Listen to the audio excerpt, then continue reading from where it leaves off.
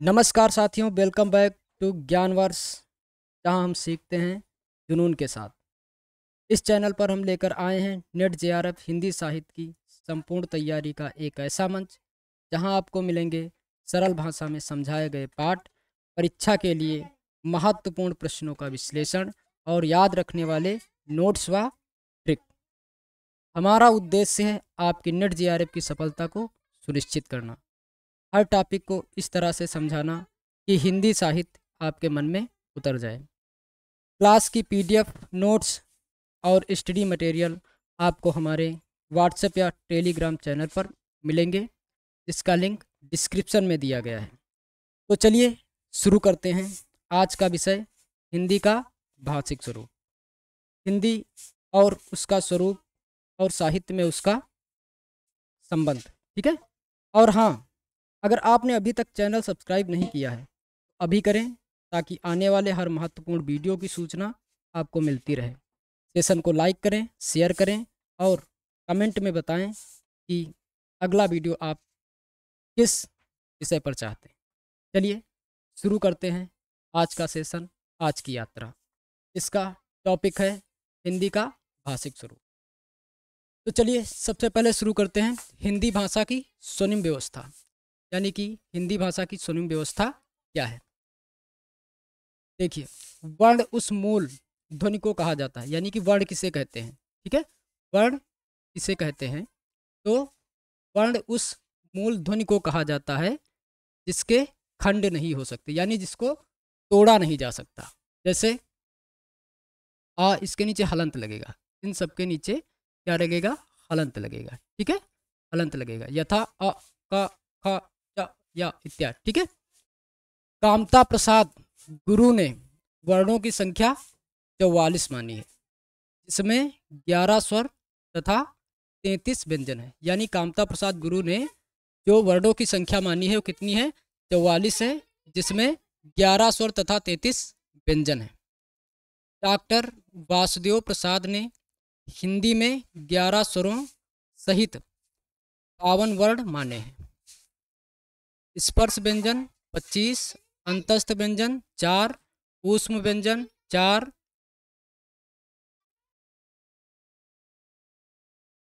और कुल व्यंजन कितने हो जाएंगे, 33। हिंदी में मूल रूप से स्वीकार किए गए हैं, यानी हिंदी में मूल रूप से 33 व्यंजन स्वीकार किए गए हैं, किंतु विकास की प्रक्रिया में 8 और व्यंजन भी हिंदी में स्वीकृत हुए। जैसे मराठी से ये अक्षर लिया गया है, और फारसी से नुक्ता वाले का, खा, गा, जा भी नुक्ता के साथ में है। ठीक है, नुक्ता वाला जा और नुक्ता वाला फा, ये सारे नुक्ते के साथ में। ठीक है। और अपभ्रंश से ये ढा, नुक्ते वाले ढा, डा और ढा, ठीक है, नुक्ते के साथ में लिए गए हैं। इसके अतिरिक्त 4 संयुक्त व्यंजन स्वीकृत हैं, जैसे छत, ट्रक, या। ठीक है। इस प्रकार 45 व्यंजन, 11 स्वर, 2 आयोगवाह मिला करके कुल 58 ध्वनियाँ हो जाती हैं। आगे चलते हैं। स्वर वर्ण। स्वर वर्ण किसे कहते हैं, जिन वर्णों का उच्चारण बिना किसी अन्य ध्वनि की सहायता से होता है उन्हें स्वर वर्ण कहते हैं। उत्पत्ति के आधार पर स्वर 2 प्रकार के होते हैं। मूल स्वर। मूल स्वर वे होते हैं जिन स्वरों की उत्पत्ति बिना किसी दूसरे स्वर के होती है। जैसे ह्रस्व स्वर, जितने ह्रस्व स्वर होते हैं वे सारे क्या हैं, मूल स्वर हैं। जैसे आ, ई, उ, री, ये जो 4 स्वर हैं, ये 4 वर्ण जो हैं ये मूल स्वर कहलाते हैं। अब इसके बाद है संधि स्वर, यानी ऐसे स्वर जो मूल स्वरों से मिलकर के बने होते हैं, यानी मूल स्वरों के मेल से बनने वाले स्वरों को संधि स्वर कहते हैं। जैसे आ, ई, ए, ऐ, ओ, औ। अब अगर स्वर संधि के 2 भेद होते हैं, स्वर संधि के यानी संधि स्वर के भी 2 भेद हैं। संधि स्वर के 2 भेद हैं। कौन, एक दीर्घ स्वर है, दूसरा क्या है, संयुक्त स्वर। दीर्घ स्वर क्या होता है, एक मूल स्वर में उसी मूल स्वर के मिलने से जो स्वर बनता है उसे दीर्घ स्वर कहते हैं। जैसे आ ई उ, ये क्या है, आ और प्लस आ मिल करके क्या बन गया, आ मिल गया, तो ये क्या हो गया, ये दीर्घ स्वर है। और ई प्लस ई मिल करके क्या बन गया, बड़ी ई बन गया, तो ये क्या हो गया, ये दीर्घ स्वर है। उ प्लस उ मिल करके क्या बना, उ बना, ये क्या है, सब दीर्घ संधि है। ठीक है। संयुक्त स्वर में क्या होता है, दो अलग अलग स्वर के मिलने से बनने वाले स्वर को संयुक्त स्वर कहते हैं। जब दो अलग अलग स्वर मिलते हैं, एक ही जैसे स्वर ना मिल करके, जब दो अलग अलग स्वर मिल करके नए स्वर का निर्माण करते हैं तो उसे क्या बोलते हैं, संयुक्त स्वर। जैसे ए क्या हो जाएगा, ए कैसे बना हुआ है, ए कैसे बना हुआ है, ए जो बना हुआ है आ प्लस ई मिल करके ए बना हुआ है। इसी प्रकार आ और ए मिल करके क्या बना हुआ है, आई बना हुआ है। ठीक है। और आ प्लस उ मिल करके क्या बना है, ओ बना है। और आ प्लस ओ मिल करके क्या बन गया, औ बन गया है। इस प्रकार से संयुक्त अक्षर बने हुए हैं। जो इस प्रकार से यानी कि जो अलग अलग स्वरों से मिलकर के बने हैं उन्हें क्या बोलते हैं, संयुक्त स्वर कहते हैं। आगे चलते हैं। जैसे यहाँ पर दे रखा है आ ई मिल करके ए, आ ए मिल करके आए, आ उ मिल करके ओ, आ औ मिल करके औ हो जाएगा, आ उ मिल करके औ। अब जात के अनुसार स्वरों के भेद, जात के अनुसार स्वरों के भेद दो प्रकार के होते हैं। एक सवर्ण या सजातीय स्वर, दूसरा असवर्ण या विजातीय स्वर कहते हैं। सवर्ण या सजातीय स्वर क्या होते हैं, एक ही स्थान प्रयत्न से उत्पन्न स्वर। जैसे अ आ ई उ ऊ, यानी एक ही प्रकार के प्रयत्न से या एक ही स्थान या प्रयत्न से जो उत्पन्न होते हैं स्वर, जैसे अ आ ई उ। ठीक है। तो ये क्या कहलाएंगे, सवर्ण या सजातीय स्वर कहलाते हैं। ओके। दूसरा क्या है, असवर्ण या विजातीय स्वर। ये कौन से होते हैं, जिन स्वरों के उच्चारण स्थान और प्रयत्न समान नहीं होते। जैसे आ ई अ उ ई उ, ये सारे जो हैं ये क्या कहलाएंगे, ये विजातीय या असवर्ण स्वर कहलाते हैं। जिसमें क्या होता है, जो उच्चारण और स्थान प्रयत्न जो होते हैं ये अलग अलग, प्रत्येक स्वर के लिए अलग अलग। जैसे आ, पहले आ उसके बाद ई, यानी कि यहाँ पर उच्चारण का स्थान बदल जा रहा है, तो ये क्या कहलाएंगे, असवर्ण या विजातीय स्वर कहलाते हैं। अब जिह्वा की स्थिति के अनुसार स्वरों के तीन भेद होते हैं। अब जिह्वा की अगर स्थिति के अनुसार देखा जाए तो स्वरों के तीन भेद हो जाएंगे। एक क्या हो जाएगा, अग्रस्वर। अग्रस्वर में क्या होता है, जिन स्वरों के उच्चारण में जीभ का अग्रभाग उठता है, जैसे ई ए आए। ठीक है। तो इसमें क्या है, अगर थोड़ा महसूस करो तो क्या होता है, जो जीभ का अग्रभाग होता है वो ऊपर की ओर उठता है, जैसे ई ए आए। ठीक है। अब मध्य स्वर क्या होते हैं, जिन स्वरों के उच्चारण में जीभ समान अवस्था में रहती है, यानी कि बिल्कुल समान अवस्था में रहती है, ना तो अग्रभाग उठता है ना पश्च भाग उठता है। तो इसे ऐसे में क्या, इनको क्या बोलते हैं, मध्य स्वर बोलते हैं। ऐसे स्वरों को मध्य स्वर बोलते हैं। जैसे आ क्या है, इसमें जीभ की स्थिति क्या होती है, बिल्कुल समान आ। ठीक है। अगला क्या है, पश्च स्वर। जिन स्वरों के उच्चारण में जीभ का पश्च भाग उठता है उन्हें क्या बोलते हैं, पश्च स्वर। जैसे आ उ ओ आओ। इस प्रकार ये क्या कहलाएंगे, ये पश्च स्वर कहलाते हैं। इसमें क्या होता है, अगर थोड़ा सा महसूस करो तो जीभ का पिछला वाला भाग क्या होता है, ऊपर की ओर उठता है, आ उ ओ आओ। अगला क्या है, उच्चारण के कालमान यानी मात्रा के अनुसार स्वरों के दो भेद हैं। एक क्या होगा, लघु स्वर, दूसरा गुरु स्वर। सब मूल जितने भी मूल स्वर हैं वे क्या कहलाएंगे, लघु स्वर, तथा सभी संधि स्वर जो हैं वे क्या कहलाएंगे, गुरु स्वर कहलाते हैं। यानी जो मूल स्वर हैं जो पीछे पढ़े थे चार, मूल स्वर आ, ई, उ और री, ये क्या थे? ये मूल स्वर थे। उसके अलावा जो बाकी संधि स्वर वाले थे वो सब क्या थे? गुरु स्वर कहलाते हैं। ठीक है, जैसे कि यहाँ पर एक बार दिखा देता हूँ। ये क्या है? ये संधि स्वर, ये क्या हो जाएंगे? ये हो जाएंगे गुरु। ए, ऐ, ओ, औ, आ, ई, ये सारे क्या हैं? ये हैं दीर्घ स्वर, ए गुरु स्वर। और मूल स्वर जो है ये चार, ये क्या हैं? ये आपके लघु स्वर हैं। ठीक है, ये किस में आएंगे? लघु स्वर में। लघु स्वर और गुरु स्वर समझ में आया? आगे चलते हैं। व्यंजन वर्ण, आगे आगे क्या, हाँ आगे व्यंजन वर्ण। अब व्यंजन, अभी तक क्या क्या पढ़ रहे थे? स्वर के बारे में पढ़ रहे थे। अब व्यंजन वर्ण के बारे में पढ़ेंगे। तो व्यंजन वर्ण क्या होते हैं? व्यंजन वर्ण वे वर्ण हैं जिनके उच्चारण में स्वर वर्ण की सहायता लेनी पड़ती है।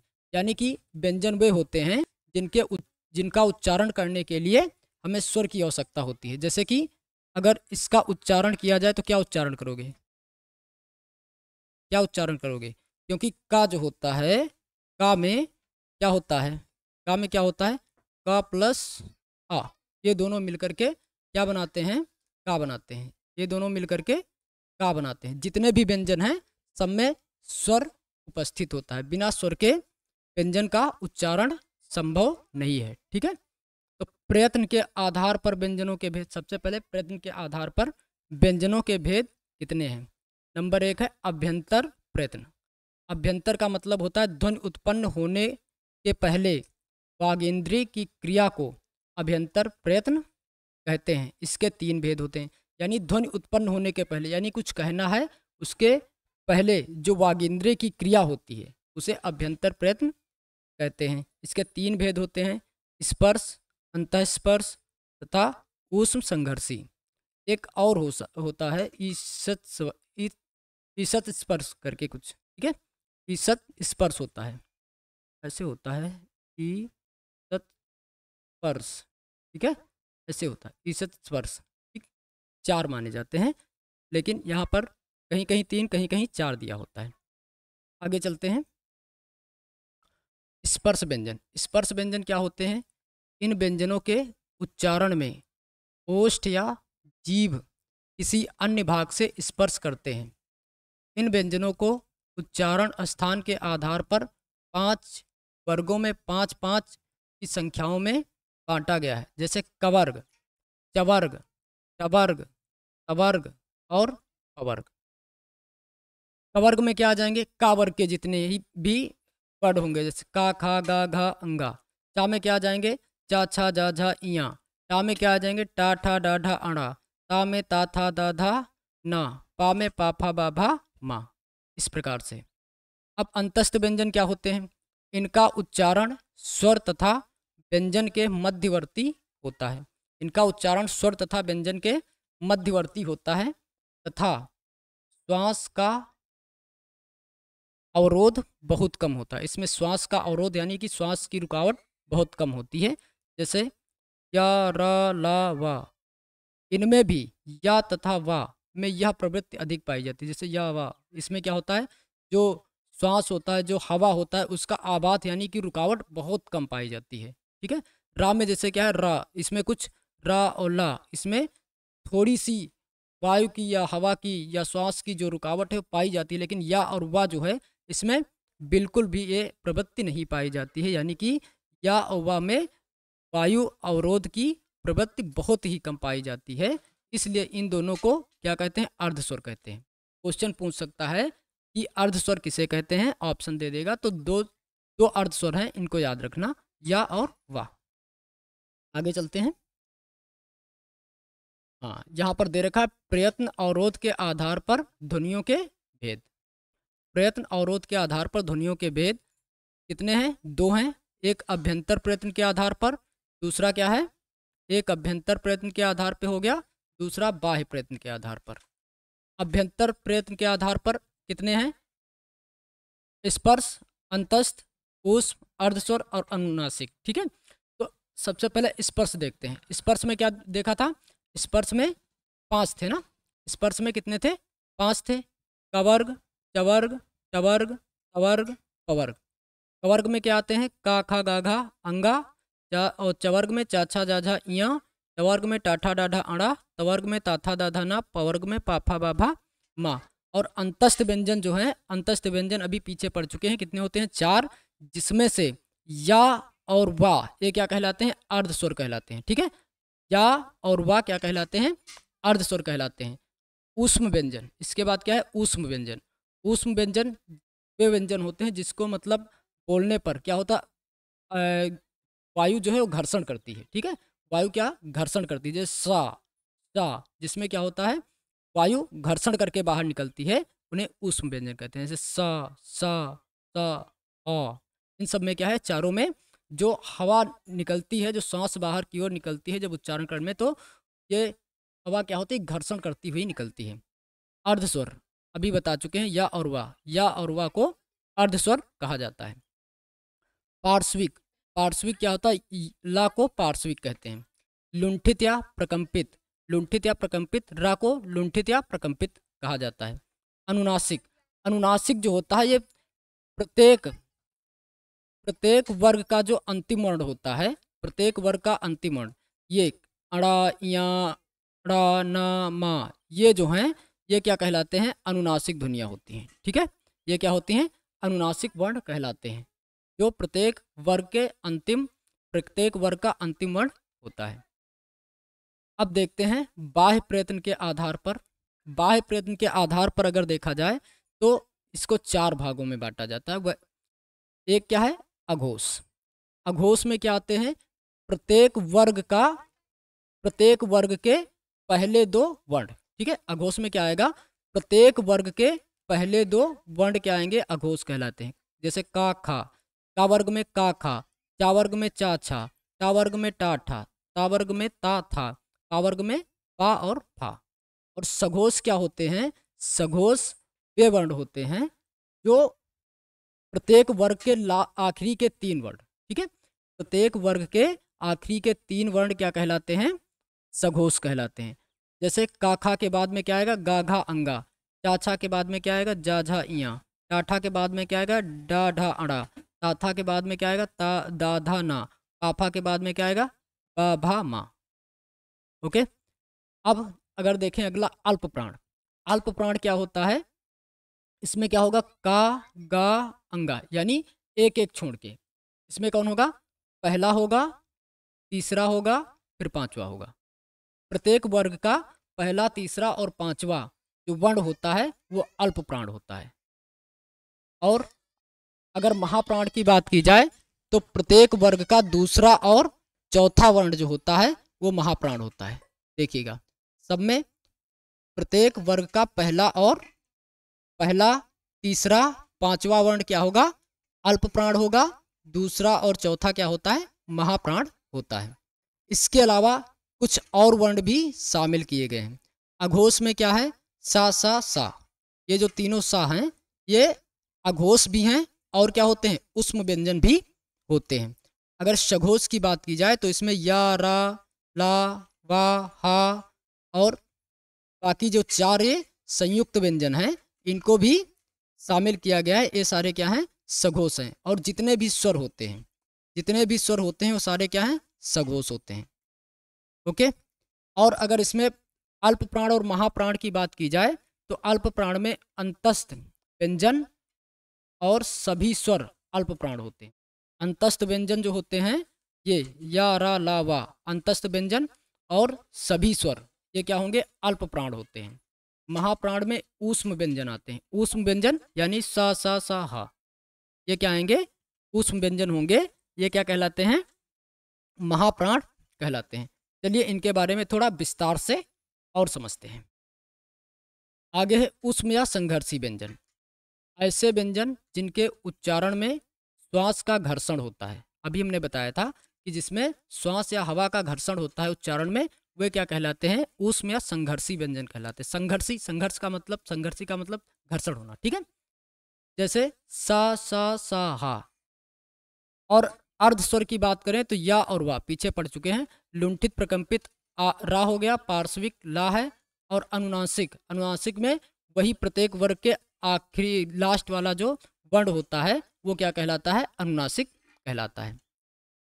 अब देखते हैं बाह्य प्रयत्न के अनुसार, पीछे पढ़ चुके हैं, थोड़ा थोड़ा सा इसके बारे में विस्तृत जान लेते हैं। जैसे ध्वनि उत्पन्न होने के अंत की क्रिया को बाह्य क्रिया कहते हैं। अभ्यंतर की क्रिया क्या है, यानी कि ध्वनि उत्पन्न होने के पहले जो वागेंद्रिय के द्वारा उत्पन्न होती है उसे क्या बोलते हैं, अभ्यंतर प्रयत्न बोलते हैं। और ध्वनि उत्पन्न होने के अंत की जो क्रिया होती है उसे बाह्य प्रयत्न कहते हैं। इसके 4 भेद होते हैं, पीछे पढ़ चुके हैं। सघोष या घोष, ठीक है, इसके अंतर्गत कौन आते हैं, वर्ण उच्चारण में स्वर तंत्री के अधिक कंपन से आवाज भारी हो जाती है।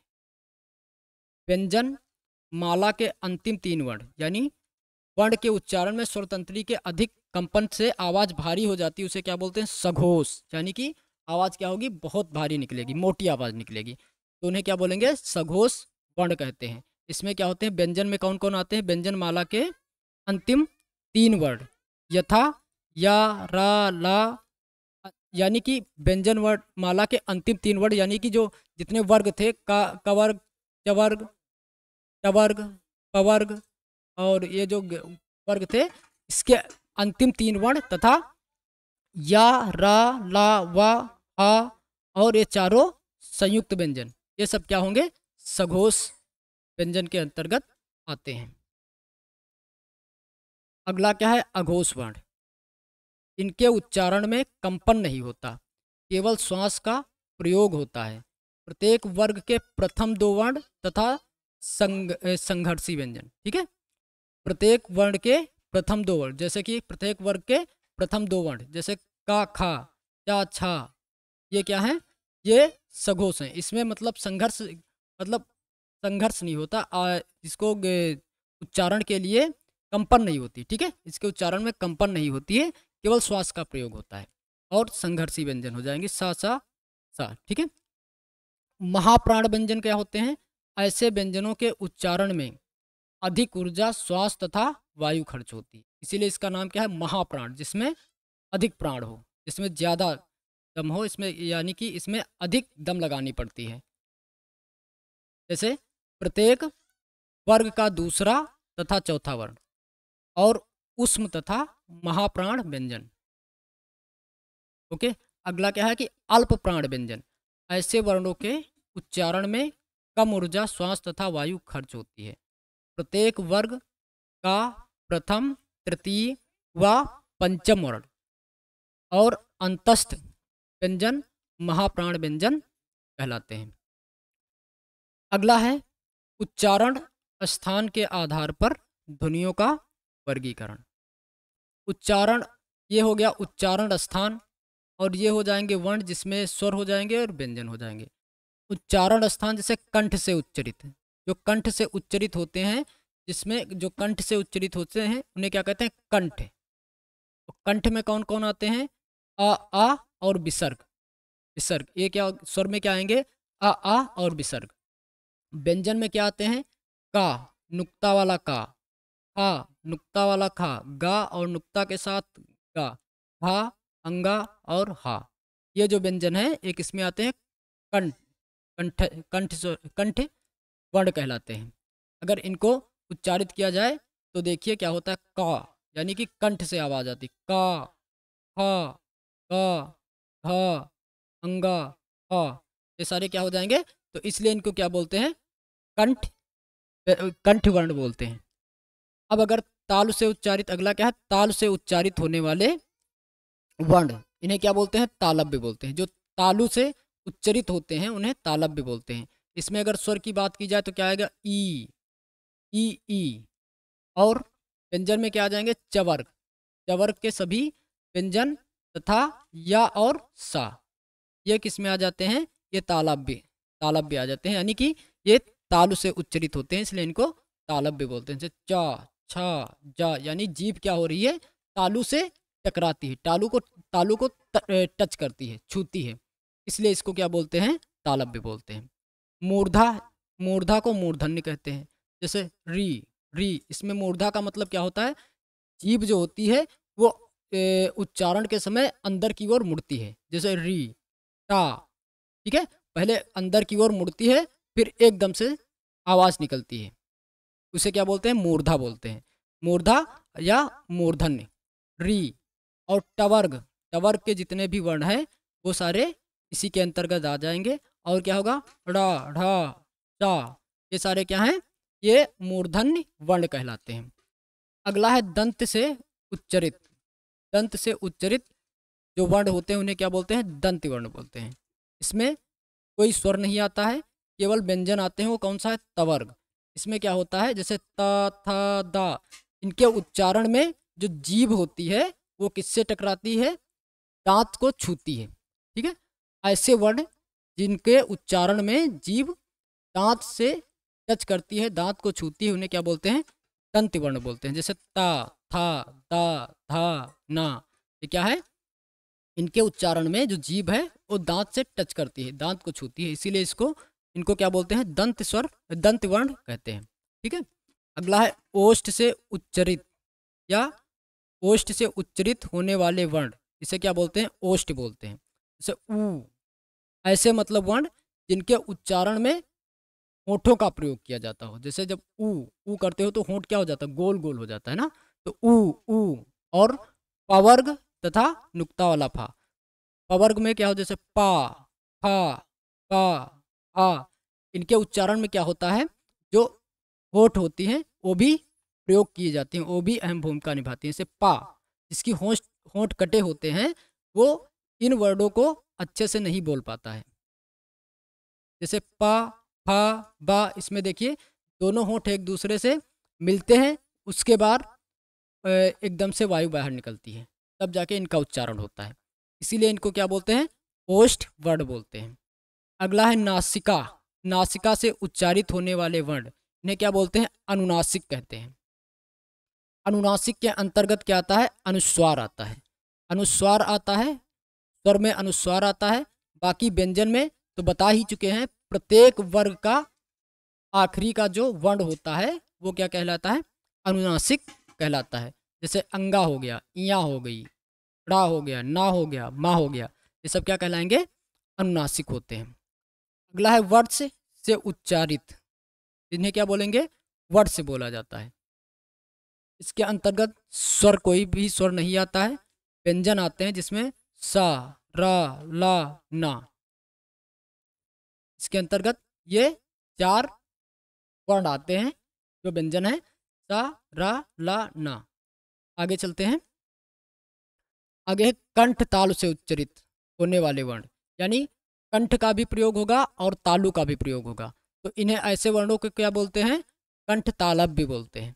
ऐसे वर्णों को क्या बोलेंगे, कंठ तालव्य वर्ण कहते हैं। जैसे ए आए, तो इसमें क्या होता है, जीभ का पश्च हिस्सा क्या होता है, देखिएगा अगर उच्चारण कीजिए तो महसूस कीजिए, जीभ का जो पश्च हिस्सा होता है वो ऊपर तालु से टकराता है, जैसे ए आए। ठीक है, अगला क्या है, कंठ और होष्ठ, ओष्ठ से उच्चरित होने वाले वर्ण इनको क्या बोलते हैं, कंठोष्ठ बोलते हैं। ठीक है, कंठोष्ठ बोलते हैं।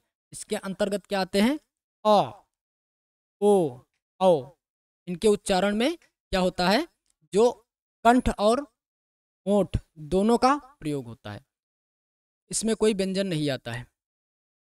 स्वरतंत्र मुखी या काकल, इसके अंतर्गत कोई स्वर नहीं आता, केवल एक वर्ण आता है, वो है आ।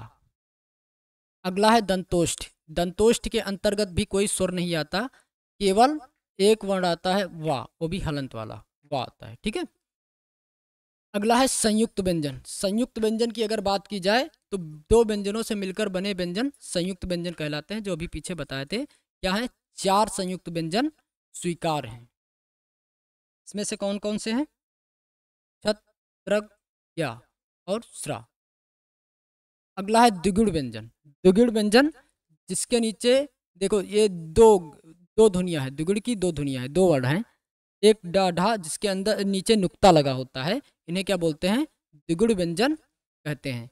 इन्हें उत्क्षिप्त व्यंजन भी कहा जाता है, इन्हें उत्क्षिप्त व्यंजन भी कहा जाता है। उत्क्षिप्त व्यंजन कौन होते हैं, द्विगुण व्यंजन ही उत्क्षिप्त व्यंजन होते हैं। या और ये कौन से वर्ण है, ये टाठा डाढ़ा अड़ा वाले में जो डा ढा है उसके नीचे जिसमें नुक्ता लगता है वे वर्ण होते हैं। आगे चलते हैं, आयोगवाह ध्वनियाँ। आयोगवाह ध्वनियाँ क्या होती हैं? इन ध्वनियों का स्वतंत्र उच्चारण न होने के कारण स्वर नहीं है, यानी ऐसी ध्वनियाँ जिनका स्वतंत्र उच्चारण नहीं किया जा सकता है। आयोगवाह ध्वनियाँ क्या होती हैं? इनका स्वतंत्र उच्चारण न होने के कारण ये स्वर के अंतर्गत नहीं आती हैं। तो व्यंजन हो जाना चाहिए, तो व्यंजन क्यों नहीं है? व्यंजन उसके लिए भी क्या है कि तथा स्वर के बाद आने के कारण व्यंजन भी नहीं है। व्यंजन में क्या होता है? स्वर बाद में आता है। जैसे का को लिखना है तो क्या लिखोगे? का प्लस आ, यानी कि ये इसमें क्या होता है? ये जो व्यंजन होते हैं स्वर के पहले आते हैं, लेकिन ये जो आयोगवाह हैं ये स्वर के बाद आते हैं, इसलिए ये व्यंजन भी नहीं हो सकते। इसके अंतर्गत 3 आते हैं, एक अनुनासिक है, दूसरा अनुस्वार और तीसरा विसर्ग है। अनुनासिक अनुनासिक में कौन कौन आते हैं? अनुनासिक इसके संकेत के रूप में ए ऐ के साथ ये बिंदु का प्रयोग होता है तथा आ और आ के साथ चंद्र बिंदु का प्रयोग होता है। अनुस्वार की बात की जाए तो यह नासिक की ध्वनियाँ हैं। इनकी संख्या कितनी है? 5। अनुस्वार वही 5 वर्ण हैं जो प्रत्येक वर्ग के अंत में आते हैं, जैसे ड़ा, या, डा, ना, मा। ये क्या है? ये सब अनुस्वार हैं जो कहाँ किस में आते हैं?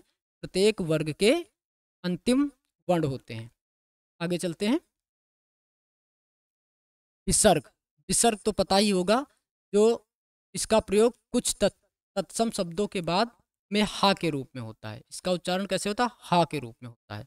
जैसे दुख, छह, प्रायः, अतः आदि शब्दों में इसका प्रयोग होता है, और जो तत्सम शब्दों के बाद में हा के रूप में इसका उच्चारण किया जाता है। आगे बढ़ते हैं। आज के लिए इतना ही। यदि आपको वीडियो उपयोगी लगी हो तो वीडियो को लाइक करें और दोस्तों के साथ शेयर करें, और साथ में ज्ञानवर्ष चैनल को सब्सक्राइब करने के साथ बेल आइकन ज़रूर दबा लें, इससे हमारे चैनल पर आने वाले अपलोड होने वाले वीडियो का नोटिफिकेशन सबसे पहले आप तक पहुंचे। चलिए, और आप बताइएगा कि अगला वीडियो, अगला सेशन किस विषय पर होना चाहिए, कमेंट करके अवश्य बताएं। अगर कोई सुझाव देना चाहते हैं तो भी कमेंट करके अवश्य हमें बताएं। चलिए, आज के लिए यहीं तक। बहुत बहुत धन्यवाद। जय हिंद।